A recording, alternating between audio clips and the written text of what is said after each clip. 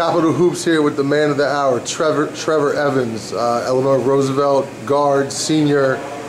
Trevor, you guys were up by 4 points with about 30 seconds left. They scored 6 unanswered, including a layup with seven seconds and change left to totally change the momentum of the game. Take a 2-point lead. You guys call a timeout. Talk about what was discussed in that huddle, what Coach talked about in the huddle, and what you saw coming down the floor and what led to that shot. Well, as soon as Coach called timeout, he told us not to panic and make sure we were calm so we wouldn't lose our head and we could still get a good shot off.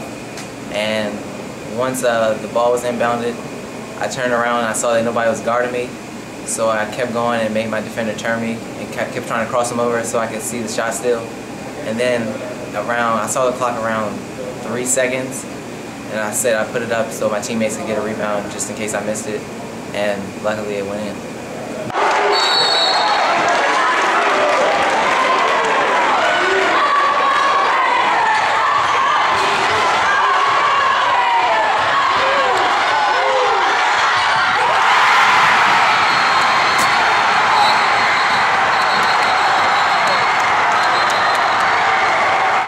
When that shot dropped, everyone stormed the court.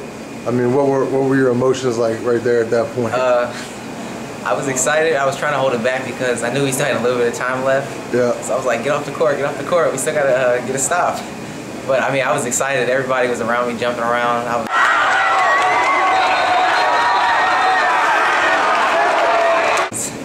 was calm. I was kind of calm, though. Yeah? Less excited than I thought I would be.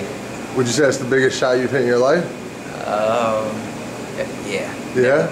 Definitely. DuVal is a big rival of you guys. They're located how far away from here? About a mile. About a mile away. You'll see them again this year? Yes, we will. What do you think it's going to be like at their house? It'll be the exact same except the opposites. Their crowd will be the hype ones, but rooting for them. Yeah. But it's going to be a hostile environment, but we'll be there ready to play and have a better game plan. What do you think of your new gym here? It was a brand new gym this year, right? Yes. What are your thoughts on the new facility? I really like it.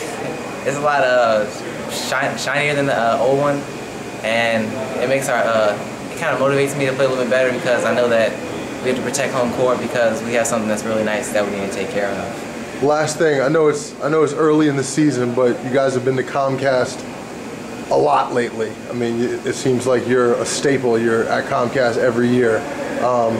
What do you think you guys need to improve on, and how do you see yourself getting back there this year? You lost a lot last year with Sean graduating, with Akil graduating. How do what are your thoughts about that? Well, it starts in practice. First of all, we have to keep pushing each other and have championship team practices, and we just have to keep working hard. And especially one thing we have to work on is time to score at the end of the game. I feel like me especially, I didn't handle that too well at the end of the game. So my team and I, we have to handle that better. And we also have to work on playing better defense and staying smart and not feeling panicked or under pressure when the other team goes on a run, just staying calm. Who do you see in PG County as the top teams that you're going to have to go through to get to Comcast? Well, DuVal definitely. Flowers, Suitland, Wise, and a number of other teams could surprise anybody, so we just have to be ready every night. All right, well, thanks, Trevor. You made a great highlight tonight. I'm sure a lot of people have been watching that. Keep up the good work, and we'll see you this year. Thank you, sir.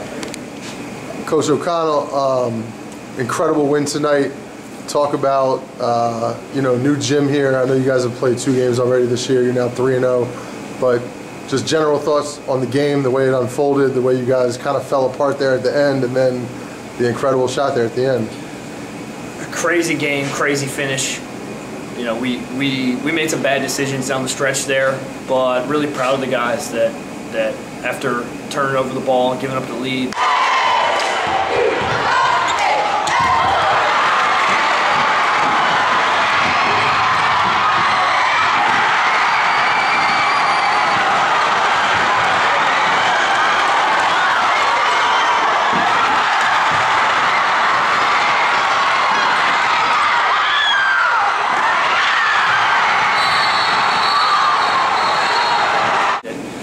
still able to not hang our heads in the huddle after they took the lead, come back, and hit a shot like that and win the game against a good team. The crowd was incredible tonight. Is that typical Eleanor Roosevelt basketball crowd, or was Yeah, our crowd really got on board last year, and I know they were fired up talking about this. I mean, with DuVal being right down the street, it's always a big game for them, but I expect that almost every game this year. 7.2 seconds left. You get in the huddle. People, you know, heads aren't down, but people are probably a little pissed off because you've relinquished a 4-point lead. What are you talking about in the huddle? What did you draw up? In the huddle, they were focused. You know, we talked about, you know, we had some timeouts, so if we got stuck, we were going to use it, but we were just going to try to push the ball. We had a couple shooters on the floor, and, you know, I'll take Trevor shooting the last shot any day of the week. Were you happy with a 26-foot three-pointer, hoping maybe there'd be time for an offensive rebound, or would you have rather seen him take it to the cup, or what were you feeling when he shot the ball? With Trevor squared up, I said I'll take that any day of the week. Who do you guys have next? So Friday we play at High Point. At High Point Friday? You guys lost a lot last year. Akil, Sean, a couple big guys. What do you think it's going to take to get back to where you've been so many times in the last decade at Comcast? We lost a lot last year, but you know we got a lot of guys on the floor that got some good experience last year too. So you know, I think you saw it tonight. We need to play better together. You know, a little more leadership, a little more sort of just getting used to where each other are on the floor.